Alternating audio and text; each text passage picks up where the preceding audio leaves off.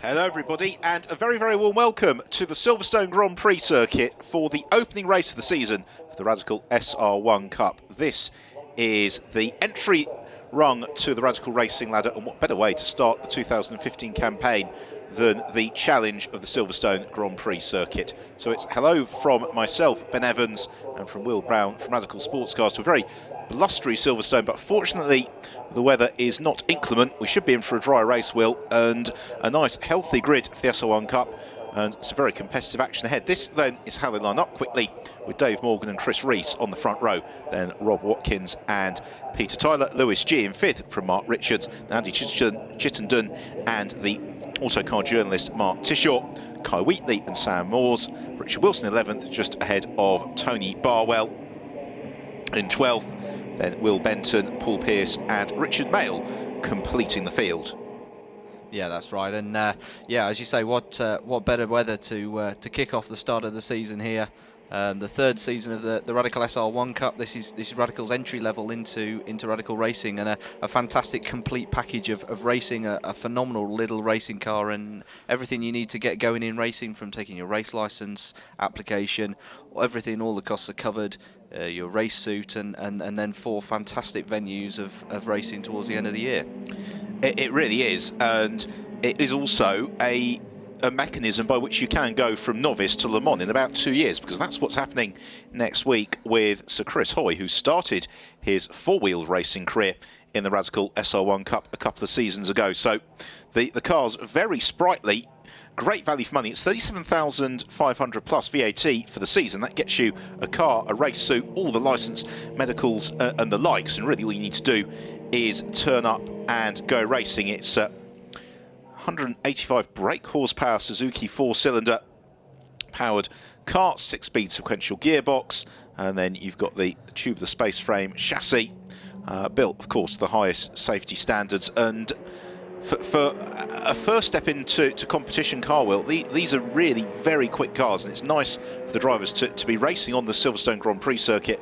A real opportunity for them to stretch their legs. Yeah, absolutely. We saw the SR1 Cups this morning qualifying in the high 218s, which is a phenomenally fast lap around us. It is a very sort of big and open circuit, and yeah, undoubtedly for these drivers, their first time in the car will have been a little bit daunting getting out on track for the first time. But yeah, it's a really sort of a quite an advanced really car for a beginner, but very, very easy to get used to. Of course, you've got a 6-speed sequential gearbox, Quaife torque sensing differential for the best grip, and some very, very advanced Le Mans prototype type aerodynamics. So the ultimately a lot of the aero and the shape of these cars was honed with experience taken from our SR9 Le Mans project a few years back, and it really shows in the way that the cars stick to the track. So we've got a 20-minute race to look forward to, and the car's going towards the end of the green flag formation lap. There is a career limit on the SR1 Cup of just 2 seasons, and it is drivers returning to the championship for their second campaign towards the front of the field. So Dave Morgan then in pole position. That's the car with the orange essentially headlamp cover, and then you've got the bluer car, number 67 of Chris Rees, who actually lines up when you see him come to the grid as they head towards Copse Corner, actually to the inside. But the pole position here on the Silverstone Grand Prix circuit, if you're starting from the traditional pits complex as we are this weekend, is to the outside. So just heading through Luffield now towards the end of this formation lap, then through Woodcote Corner. Silverstone Grand Prix circuit, still the longest permanent race course in the United Kingdom, just over 3 miles in length, and home, of course, to the British Grand Prix, an uninterrupted run since 1987, but has been hosting Grand Prix racing all the way back since the birth of the circuit, just at the conclusion of World War II. So the cars lining up now. Do not be deceived by that heat haze shimmering. It is plenty blustery here, Silverstone, but ideal conditions for racing. Slipstreaming could become very potent. We wait for Richard Mayle to come into position at the back of the field, which he does now. Marshall about to wave the green flag to get the race underway. Eyes to the gantry. Little bit of a pause, listening for the revs to rise, which they're not at the moment. Now we get the green flag from the marshal, so the 5-second board is shown to the drivers as we wait for the red lights to flash out. Then we'll be going racing for the first time in 2015 in the Radical SR1 Cup. And away we go now, and it's a smooth start from Chris Rees as he tries to get the jump on Dave Morgan as they sprint towards Copse Corner. But it's Morgan who leads from Rees, and then Peter Tyler sneaks through into third place. They're all not quite cleanly through Copse. We've got one that spun and has been collected, losing his rear wing. It was the 74 car. I think it was. Looks like the car of Mark Tishel there, just spinning out, and a brief bit of contact there with Chittenden as well, who struggled a little bit in qualifying and had a spin and is out of position now, trying to find his way back up through the field. So Tishel, the auto car journalist, plenty to discuss as down the hanger straight for the first time we come then, and it is Dave Morgan who has got the advantage as Chris Rees is being challenged by his Slim Racing teammate Rob Watkins as they get on the brakes for Stowe Corner. This leading quartet completed by Peter Tyler, beginning to ease away from the rest of the field. There's a slight gap back to Lewis G in 5th. Andy Chittenden is in 6th from Mark Richards, and then Richard Wilson as defending into Vale is Dave Morgan. And Morgan Will's going to have his work, though, if he has to defend like this for the duration. He is, and of the second-year runners, he's the only driver here in the field that's previously won an SR1 Cup race at Donington last year. So relatively limited sort of race-winning experience across the field. He's really going to have his mirrors full of Chris Rees as this race continues. So they head through Abbey and Farm and then into Village. They get on the brakes now through the right hand. That's a challenge for third, and sliding through is Peter Tyler. That's a lovely move to the inside. Rob Watkins. Watkins looks to fight back into the loop. They give each other plenty of racing room. Oh no, and around he goes, and that is just overcooking it. A bit of over enthusiasm for Peter Tyler. He's now got to wait for a gap in the traffic before he can rejoin. Yeah, that's right. A brief bit of over-exuberance there, pushed out wide across the curbs and maybe on the power a little bit too early for the grip that he required. Yeah, he just ran out wide and floored it as the car was still destabilised. What it means, though, is our leading duo of Dave Morgan and Chris Rees have now got a nice and healthy gap over Rob Watkins in third place. Rob Watkins has got the gold car, there it is, of Lewis G, just closing in onto their tail. Mark Richards staying in touch in 5th as Rees shows himself to the inside Dave Morgan at Copse Corner. Forces Morgan to go slightly offline. Maybe took the turn a little bit earlier than he wanted, but at the same time, Rees also had his line compromised and therefore slips back just a little bit as they head on towards Maggots and Beckett's. Yeah, that's right. And now that sort of initial first corner action's over, it's already looking like that Dave can start to draw out a bit of an advantage and get some space between himself and Chris. So Dave Morgan, this is going to be a really important sector for him in the context of this race. I think that the key is going to be whether or not we have substantial headwinds along the hanger straight and then also heading on towards Abbey, because that will allow the gaps to close down somewhat. Meanwhile, Rob Watkins had a very good start to the lap, Will, as he closes up onto the tail of Chris Rees. Yeah, meanwhile, and likewise for Mark Richards there, who's closing up onto the back of Lewis G there, a lot closer this lap than they were the previous. So Mark Richards is really on a flyer here, and in fact has just set the fastest straight line speed as well. But they all seem to be closing up onto the tail of Dave Morgan once more, and this is a real discipline that these relatively novice drivers really have to learn, which is driving consistently, potentially at the head of the field, trying to set the pace. You've not got anybody to guide you. And so through this second sector, Chris Rees has closed the gap back down to Dave Morgan. He's brought Rob Watkins with him for company. They've had a very, very comprehensive range of training through the championship package. So as part of the SR1 Cup Series, there are 2 full track day instructor-led track days. So full days of driving, just seat time, really getting experience in the car, getting confident and getting into the... I mean, again, we've seen Chris Rees much closer this time, perhaps. And that was Dave Morgan. He missed his braking point into Village, ran a little bit wide, therefore was tighter through the loop than he wanted, and it gives Morgan the opportunity to challenge. But Morgan, again, maybe showing himself a little bit too early there to, or Rees rather, showing himself too early to Dave Morgan, and Morgan didn't have to defend through Brooklands. But for Dave Morgan, again, he just runs out wide on the way into Luffield, gathers up quite nicely. And some differing angles of attack, different racing lines from these drivers, and the net effect of it is it was 0.2 of a second between our leading duo at the end of lap 1. It's doubled to a massive 0.4 of a second as they turn into cops once more, and Chris Rees continues to apply the pressure. I think it would be fair to say that Chris has definitely got the legs in the second sector of the lap, and Morgan's got it over the opening section. So this is going to be a real game of cat and mouse through the race. The other driver, I think, who should not be discounted here is in 4th place, Mark Richards in the 52 car. There he is, just in pursuit of the man we're watching at the moment, Rob Watkins, because they've kept it steady. And as the leading duo have sparred a little bit, being able to close the gap down. Yeah, that's right. Although Mark Richards' last lap there was the fastest of the entire field on that last lap. So he's closing up, and as this pack is pulled together, it's getting really quite exciting. A little bit of a challenge there from Rob Watkins, the inside of Chris Rees into Stowe Corner. No way through. And despite all the frenetic action, we're only on lap 3, and we are only just over a quarter of the way through, as now Mark Richards begins to think about making his move and launches to the inside of Rob Watkins into Vale. He makes it stick through Club Corner, so a change for 3rd place. And it is Richards who claims the position as they sprint on past the wing pit up towards the super fast Albion Farm turns. Set that pass up nice and early, didn't he? Got onto the inside and made sure that he could shut the door as he passed Rob. Yeah, very, very good move there. Good bit of racecraft. So heavily onto the brakes once more into Village. And Mark Richards already thinks about applying the pressure to Chris Rees as they turn through the left-hander and the loop, and then flick through Village on to the Wellington, or through Aintree rather, onto the Wellington straight once more, and accelerating on towards Brooklands.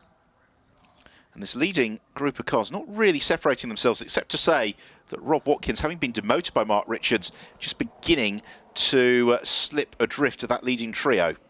Yeah, that's right.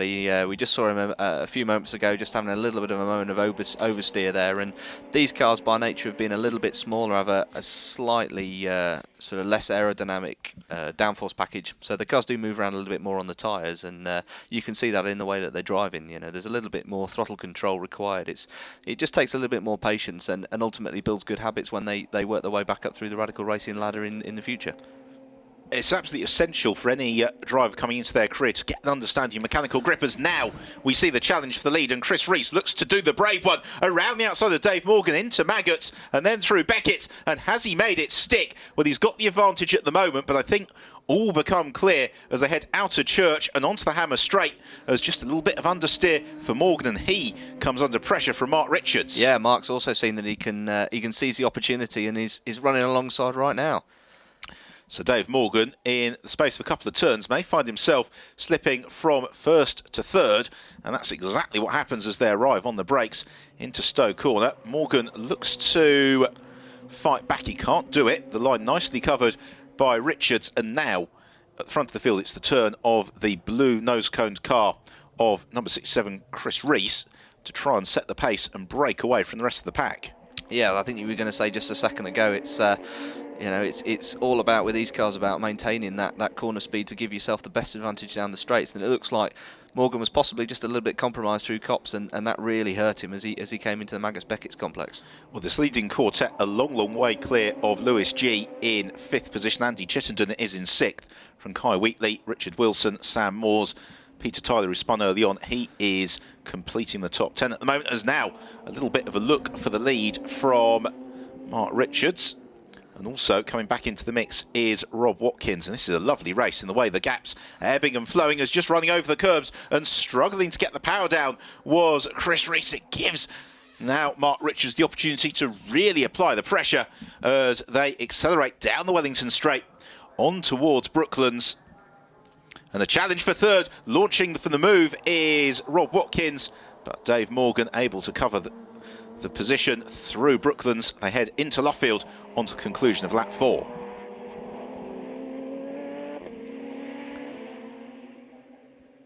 Sprinting through Woodcote, we are about to approach half race distance. So we should have time for probably 9 laps, I'd say, that we'll squeeze out of this race, certainly 8. So they turn through Copse now. It's that slight uphill acceleration on towards Maggotts. You don't really get a sense of it from the elevated camera angle, but when you're certainly sitting as low as the drivers are in these SR1 Cup cars, it's a slight climb and the blind entry to the very challenging Maggotts and Beckett section.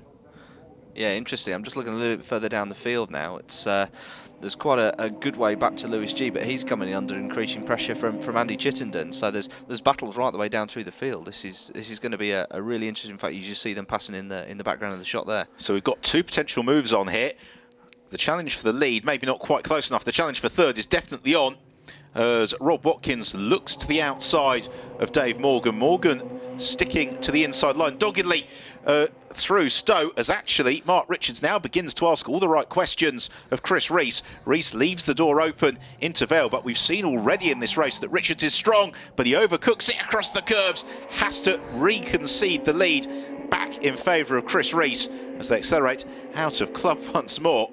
But if nothing else, Mark Richards committed on the brakes. Yeah, stopping moment there. Just about got the car turned in before the gravel began, and yeah, obviously compromised his position, but not lacking in enthusiasm. I think Mark Richards might well be sending a Christmas card to Dave Morgan imminently, because as Morgan defends doggedly from Rob Watkins, it frees Richards to challenge the lead, which he does on the brakes into Village. They turn into the loop, absolutely nose to tail. Richards from Rees, and it's Chris Rees who gets the run out of the loop and retakes the lead through Aintree. Brilliant racing this from the Radical SR1 Cup down the Wellington Straight. The 2 leaders remain side by side. To the right hand side of your picture, it is Mark Richards, and he eases past Chris Rees, takes the lead for about 5 metres before Rees re-challenges into Brooklands. He can't find a way through, but as they battle, hello once again Dave Morgan and Rob you really Watkins. do sense that if anything happens, you know, the front pair are sort of tripping over each other, and it's bringing 3rd and 4th back into play. It really could be victory for any one of these 4 cars. And so far, it has all been very clean as well. They've given each other plenty of racing room, and absolutely no lacking in commitment here through Copse Corner. Be careful to avoid the AstroTurf, because that is pretty slippery. And then on their way into Maggotts and Beckett's, and this time it's the turn of Mark Richards to try and make good his escape. But we have seen throughout the race that even if you build out about a second or so's worth of advantage, that gets whittled away very quickly. Yeah, absolutely. And yeah, once again, Robert Watkins really strong under the brakes there behind Morgan, and yeah, looks like he's eyeing up for another go, and indeed he is.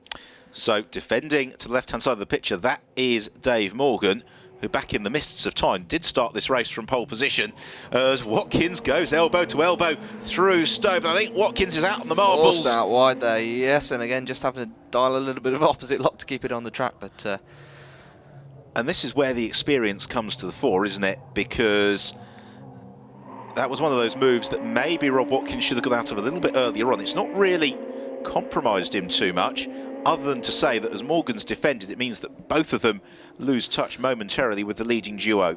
Yeah, of course. And the big surprise here, of course, is that Mark Richards is the least experienced of these 4 drivers, having come into the championship this year. No prior car racing experience at all. But with the track experience he's gained over the opening stages of the championship, the 2 track days, and then the Bedford How Fast day, he's obviously picked up these skills pretty well to be challenging with the best of them. So it's the 29-year-old Mark Richards who leads the way in the opening Radical SR1 Cup race of the season. We're about 2/3 of the way through it.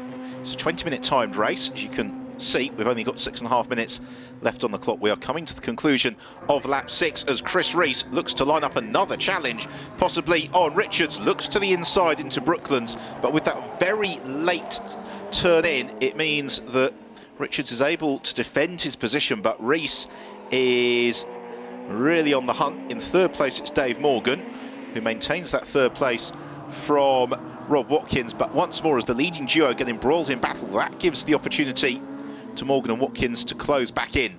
So across the line we flash at the end of the 6th lap, on towards Copse Corner once more, and this will one of the most satisfying corners for the drivers. Really requires so much commitment. You just lift a little bit and then just turn in and hope the grip holds. Yeah, outside, and it looks like Dave Morgan just tested that slightly, taking a wide line out of Copse and running out wide onto the AstroTurf, but he's gathered it back up and remains in place in 3rd.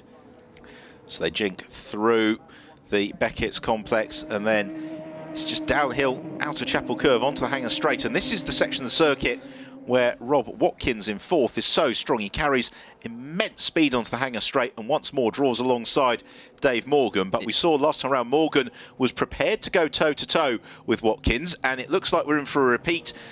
And this time Watkins thinks better of it, gets out of the move to make sure he gets that clean run through Stowe. And indeed he has, and I think he's made it, yes. So just over to committing on the defence there. Dave Morgan slithered out wide, gives Watkins the chance to snatch 3rd place. Now, what has Dave Morgan got left in the tank? He took pole position by 0.2 of a second first thing this morning. For this one, he's now in 4th. He's still in touch with the leader, Mark Richards, but Richards hasn't really been threatened by Chris Rees since assuming control of the race. That's right. Rees has had a couple of opportunities to look through, but has never quite been able to make it stick. He's always been compromised by his exit of wherever that overtaking move's taken place. And this is really one of the elements of competition driving that the competitors all learn during the Radical SR1 Cup is to make actually the driving of the car second nature, so that they free up the mental capacity to start thinking tactically, start thinking about exit speeds and where they need to be good on the lap to threaten their rival. Again, Chris Rees launching to the inside at Brooklands, and that's not going to work with such a late apex. Unless Rees is completely alongside mid-corner, then that's always going to be quite easy for Mark Richards to defend. You can see from the way that Mark Richards is just tailing him in there, and as you say, can really dive on the brakes very late and is trailing the car. So no, you're completely right in that the car control needs to, is becoming instinctive, and you can tell to these drivers that there becomes this switch that effectively flicks, and all of a sudden everything just happens automatically, and then you can really concentrate on the racecraft section and actually finding track position, finding opportunities rather than focusing on the car control. So I think tactically one of the something that Chris Rees hasn't been doing brilliantly so far, but he has done this lap, is get a really smooth run through Beckett's, and that was absolutely perfect for Chris Rees, because it means that he's now right underneath the rear wing of Mark Richards as they head along the Hangar Straight. This is going to be for the penultimate time of asking. We're on lap 8. We've got just 3 minutes left on the race clock, but again Chris Rees thinks about challenging.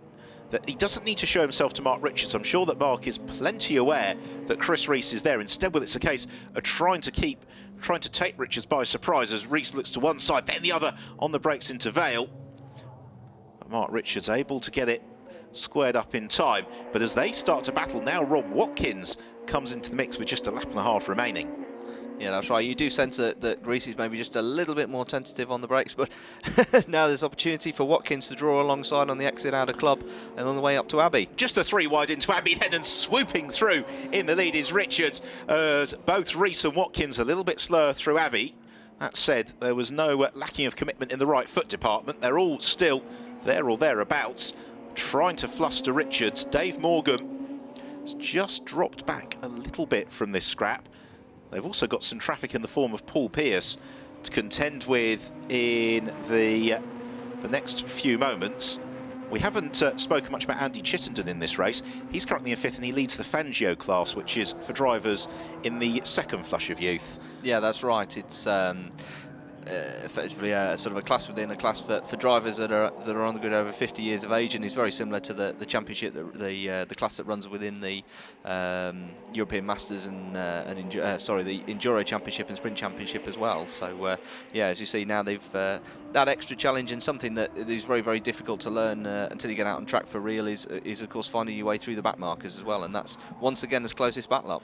So we've got the leading trio separated by just 0.4 of a second as we head into the final lap of the opening race of the Radical SR1 season. Richard Mail moves well clear of that leading group. That's the right thing to do as they come flashing through. They turn through Maggots and Beckett, and Richards is showing strongly, but again, Chris Rees, cool, calm and collected, perfectly negotiates that section of circuit, as does Rob Watkins. So they head onto the hangar straight for the final time. Slipstream effect being used to the fore. Now tactically here, Rob Watkins might be advised not to challenge Chris Rees unless he really thinks he can close down the gap to Mark Richards, as Watkins looks to the inside at Stowe. Rees gives him racing room but swoops across, claims the racing line nonetheless. No quarter given between these pair. They're the best of friends and teammates. In fact, they came into the sport together and sort of had a pact between themselves and also Richard Wilson, who's racing here this weekend, to race together. So yeah, these two are very, very good hard racers, but obviously giving each other the respect that they need to. Yep, so both Rees and Watkins, they're run by Slim Racing, which is the team run by the only man who could claim to be both a Formula 1 driver and have played on ABBA records, and that's Slim Borgood. It's a pretty small Venn diagram that intersects. It's pretty much just Borgood. But for now, the two drivers he's taken the chance on for this season are both doing him very proud as they head into the loop for the final time, and Rees closes right up onto the tail of Mark Richards, and this is perfectly judged from Chris Rees. Can he force himself to the inside through entry? Not quite, but he has got the slipstream down the Wellington Straight, and Rob Watkins has got the double toe effect. It's all going to come down to who blinks first on the brakes at Brooklands. Rees goes for it. He's through on the inside. Now, can he hold the racing line? Yes, he can. He's just got one corner to negotiate as they get onto the brakes to Luffield. Now, all three of them squirm on the brakes as they reach the limit of the aerodynamic grip. But Chris Rees, he made that move with just a couple of corners to go. He accelerates through Woodcote, and he is going to claim the first Radical SR1 Cup victory of the season from Mark Richards and Rob Watkins. An absolutely fantastic race. What a fantastic finale there, yeah, absolutely. You could tell he bided his time in last couple of laps and eyed up where he needed to, and effectively sold the same dummy that Richards did just a few laps earlier on him, and what a fantastic finale. Yeah, great way to win the race. So it was 4th place for Dave Morgan. Chris Rees will celebrate. He'd been rehearsing for that move throughout the course of the race, and it all came together on the final lap. Mark Richards will be disappointed, just couldn't quite defend in time. And then Rob Watkins was very much in the mix. Dave Morgan from pole faded to 4th. Kai Wheatley finished in 5th. Lewis G finished in 6th and won the Fangio class, because somewhere around the final lap we lost Andy Chittenden. So Lewis G, 6th place in our Fangio class winner. Peter Tyler, after that first lap rotation, recovering up to 7th place. Well, if I had £37,500, I'd be writing you a cheque right now, Will, because that was about the best advert for SR1 Cup racing you could have. Yeah, and this is very much indicative of what we've seen right the way through the first two seasons. So 2013, of course, we had Sir Chris Hoyer, one of Britain's most decorated Olympians on the grid, and saw some fantastic racing that first season, and continued all the way through last year, and yet again 2015 looks like it's going to be delivering it in bucket loads. So Chris Rees enjoying the acclaim of the marshals as he heads round to the podium. We'll take a check of the final classification. here it is. So Rees wins it, just a quarter of a second clear of Mark Richards. Rob Watkins completes the podium from Dave Morgan and Kai Wheatley. Lewis G in 6th, and the winner of the Fangio class from Peter Tyler. Richard Wilson, the great 8th from a slightly lower grid position. Sam Moores was 9th from Tony Barwell, Andy Chittenden, Will Benton, Mark Tishaw, the journalist. Plenty of adventures for Mark en route to 13th place. And then Paul Pearce in 14th with Richard Mail completing the finishes, and all credit to Richard Mail for getting through to the checker flag, because the first time he ever drove the car was at 4 o'clock yesterday afternoon. Yeah, that's right.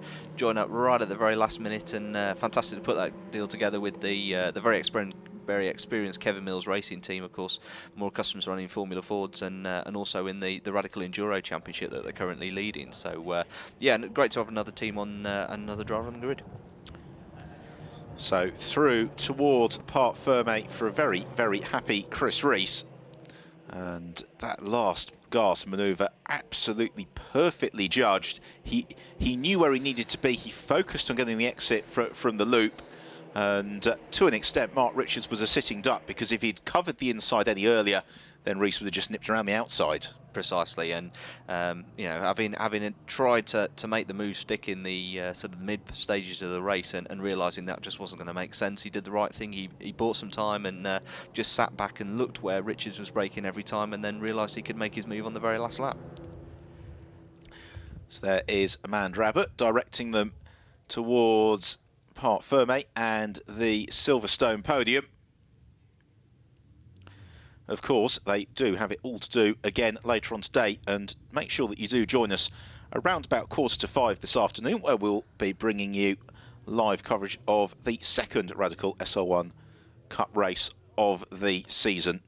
And if it's anything like the first one, then that is going to be an absolute treat. We've got plenty of Radical action actually to bring you throughout the course of the weekend here from Silverstone, because tomorrow we will be bringing you live coverage of both races from the Radical European Masters Championship as well, which is several rungs further up the Radical Motorsport ladder, and something to which all of these drivers, I'm sure, are ultimately aspiring. There's Richards debriefing that last lap move,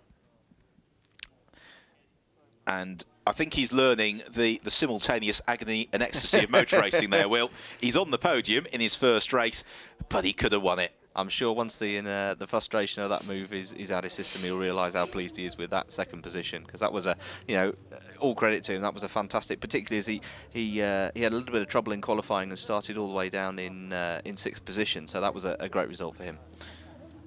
Well, smiles and handshakes all around, and that's really as well what this is all about. Great camaraderie amongst the drivers, very friendly off-track environment as well. So they will very shortly be heading on towards the Silverstone podium. And of course, you've got Peter Scherer hovering, the renowned Radical journalist, which is part of the furniture. You finish your first race in Radicals, you get interviewed and cornered by Pete Scherer. That's right, for that post-race debrief. So the drivers will be heading towards the podium shortly. We will have 2 podiums, because there is a separate podium for the Fangio class, and that was in 3rd place Tony Barwell, 2nd was Peter Tyler, and then Fangio class winner 6th overall was Lewis G.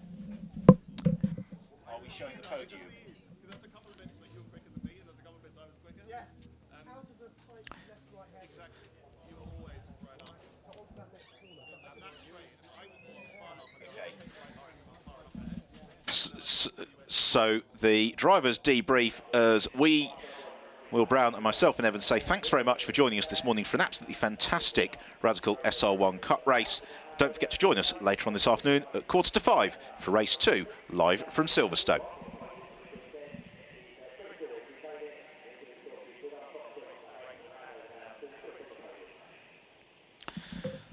Taking their time on.